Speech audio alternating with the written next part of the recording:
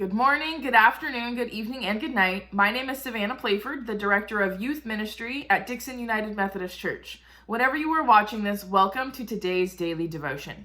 Have you been to the store lately? Any store. It could be Walmart, Target, the outlets. It doesn't matter where you go. It is filled with people. So many people are buying gifts for Christmas and buying gifts for other people. Around this time of year, though, there are two types of Christmas shoppers. On one hand, you've got those who are prepared. They've been collecting items and gifts throughout the whole year. They waited to get some of their gifts on Black Friday, and they are set. We would call this group the preparers.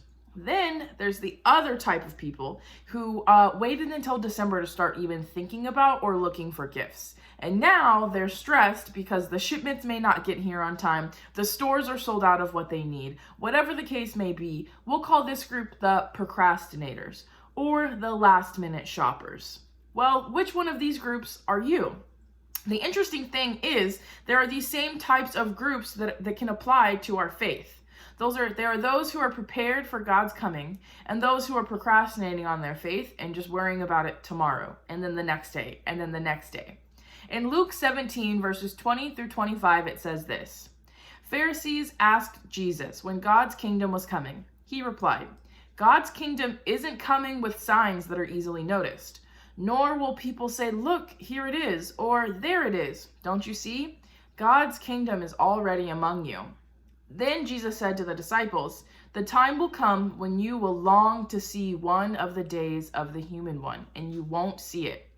People will say to you, look there or look here. Don't leave or go chasing after them. The human one will appear on this day in the same way that a flash of lightning lights up the sky from one end to the other. However, first he must suffer many things and be rejected by his generation. As Christians, we know that Jesus will come again. But instead of preparing ourselves and our hearts and preparing others, we're so busy. We're eating, we're drinking, we're getting married, we're buying, we're selling, we're busy with the busy things of life. I get it, but we're especially busy at Christmas. And typically during Christmas, we think of Jesus' miraculous birth, which is great, but it's also time to think about why Jesus was born. What was the reason for God to send his son in the way that he did? Well, the reason was so he could show us great things, teach us, teach the disciples, and later die on the cross for us. And at this very time, God's kingdom is already among us. Therefore, we should be living out his word and living out his desires now. Not the day before he comes, not when Black Friday hits and when we want to get all the deals, but now. Now is the time to do something.